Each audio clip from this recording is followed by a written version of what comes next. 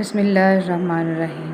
وقت تو انسان کی شکل تک بدل دیتا ہے، رشتوں کا بدل جانا کوئی بڑی بات نہیں۔ فرمان عمر فاروق رضی اللہ تعالیٰ عنہ، جس نے رب کے لیے جھکنا سیکھ لیا وہی علم والا ہے، کیونکہ علم کی پہچان عاجزی ہے اور جاہل کی پہچان تکبر ہے۔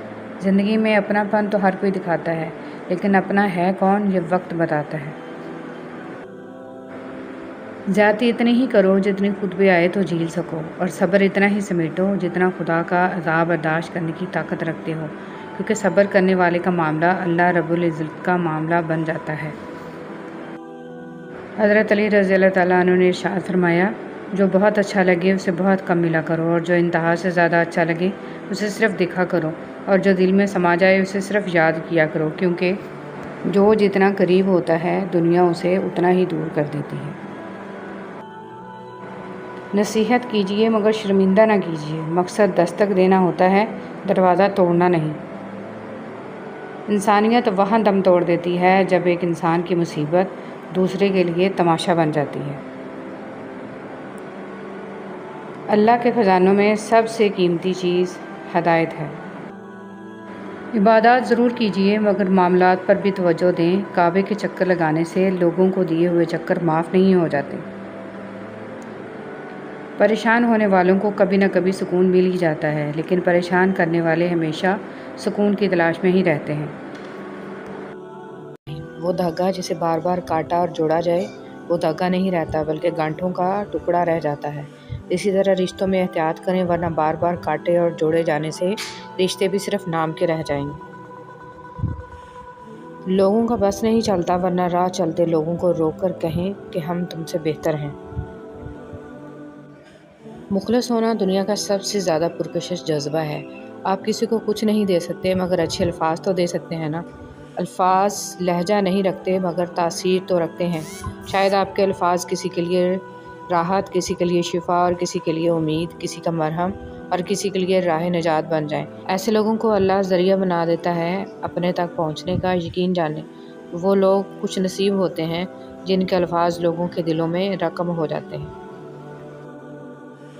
کامیاب ہونے کے لیے دوستوں کی ضرورت ہوتی ہے، لیکن بہت زیادہ کامیاب ہونے کے لیے دشمنوں کی ضرورت ہوتی ہے۔ ہمیشہ کے لیے کچھ بھی نہیں ہوتا۔ اپنے آپ کو دباؤ کا شکار نہ بنائیں۔ کچھ بھی ہو، کیسے ہی برے حالات کیوں نہ ہوں، وہ بدلیں گے اور ضرور بدلیں گے۔ کوشش کریں کہ آپ کے الفاظ خاموشی توڑیں، لیکن کسی کا دل نہیں۔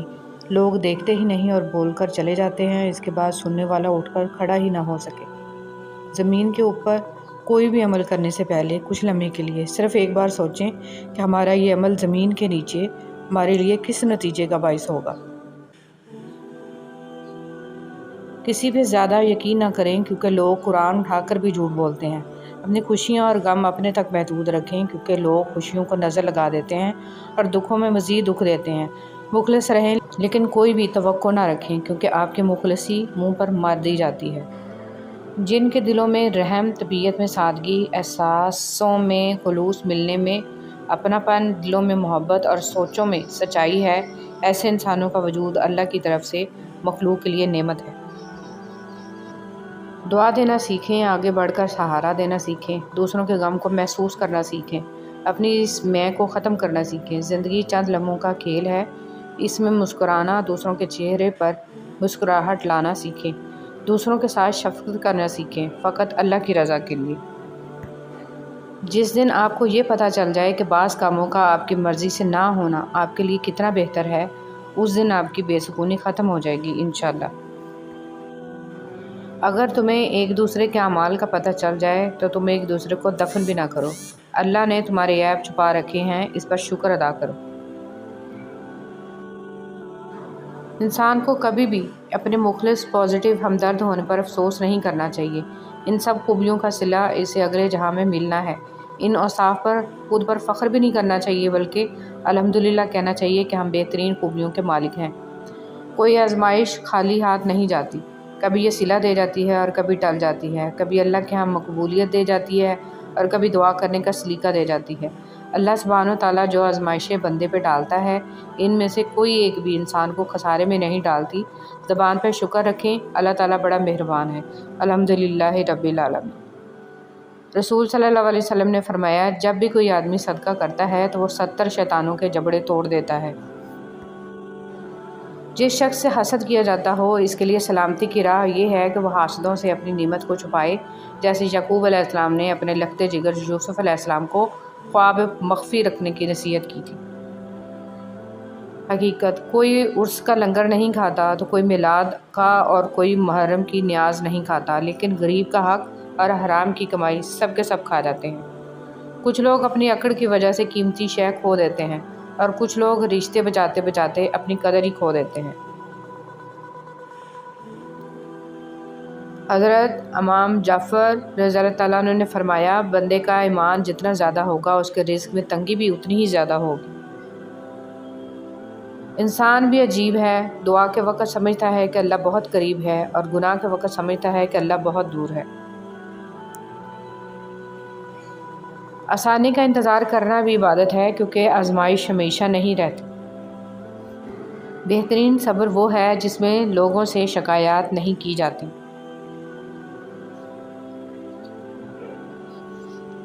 جو کوئی اہل جنت کا لباس پہننے کا ارادہ رکھتا ہے اسے چاہیے کہ وہ دنیا میں حرام لباس سے دور رہے۔ زندگی میں آپ کا حقیقی مقام وہی ہے جس کا اظہار لوگ آپ کی غیر موجودگی میں کرتے ہیں۔ زندگی کی مثال ہم لوڈو کے دانے سے بھی سمجھ سکتے ہیں۔ امید ہمیشہ 6 کی ہوتی ہے لیکن ایک بھی آئے تو چلنا ہی پڑتا ہے۔ تمام انگلیاں لمبائی میں برابر نہیں ہوتی، لیکن انہیں جب موڑا یا جھکایا جاتا ہے تو سب لمبائی میں برابر ہو جاتی ہیں۔ بعض اوقات زندگی تب آسان ہو جاتی ہے جب ہم جھکتے ہیں اور نرم رویہ اختیار کرتے ہیں۔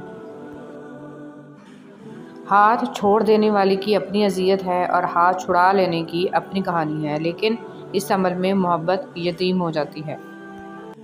وہی لوگ انمول ہوتے ہیں جو پریشانی میں دلاسا دیتے ہیں، عقل کی بات کرتے ہیں، ہمیشہ تنہائی میں اصلاح کرتے ہیں، کوئی لالچ نہیں رکھتے۔ ایسے لوگ قیمت سے نہیں بڑی قسمت سے ملتے ہیں۔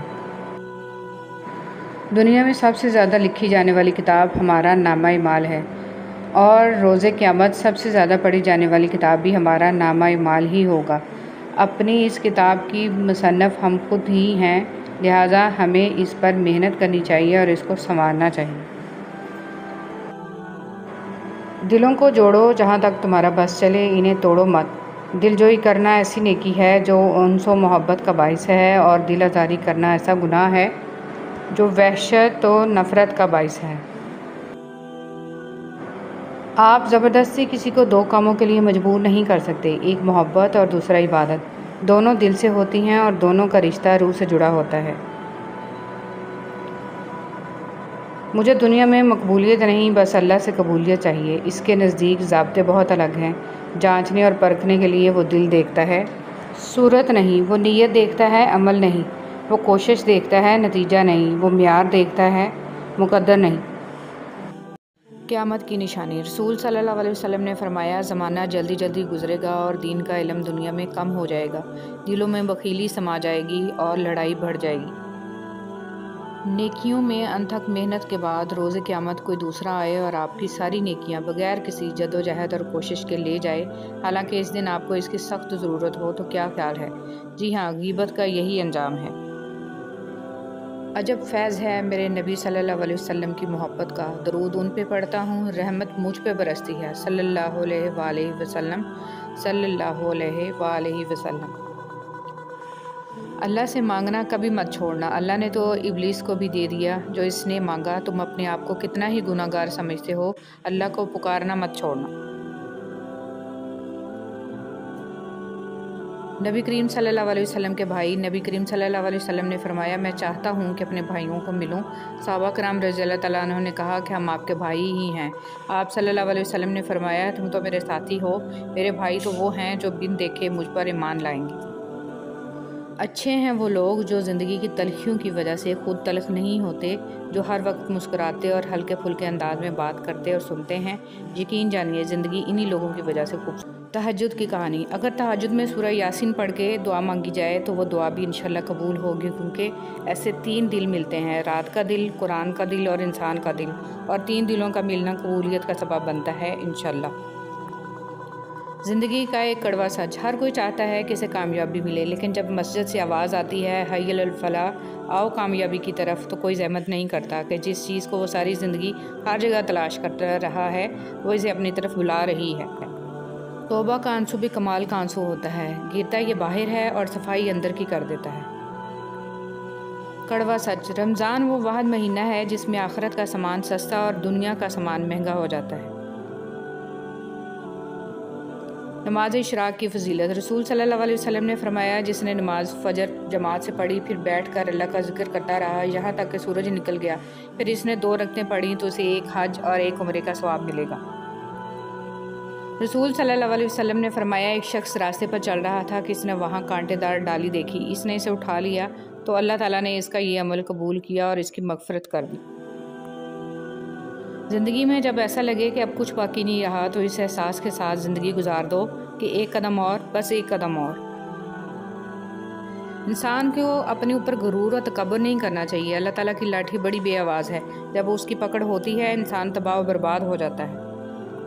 رسول صلی اللہ علیہ وسلم نے فرمایا، جو دوسرے کو نقصان پہنچائے اللہ اسے نقصان پہنچائے گا، اور جو دوسروں کو تکلیف دے اللہ تعالیٰ اسے تکلیف دے گا۔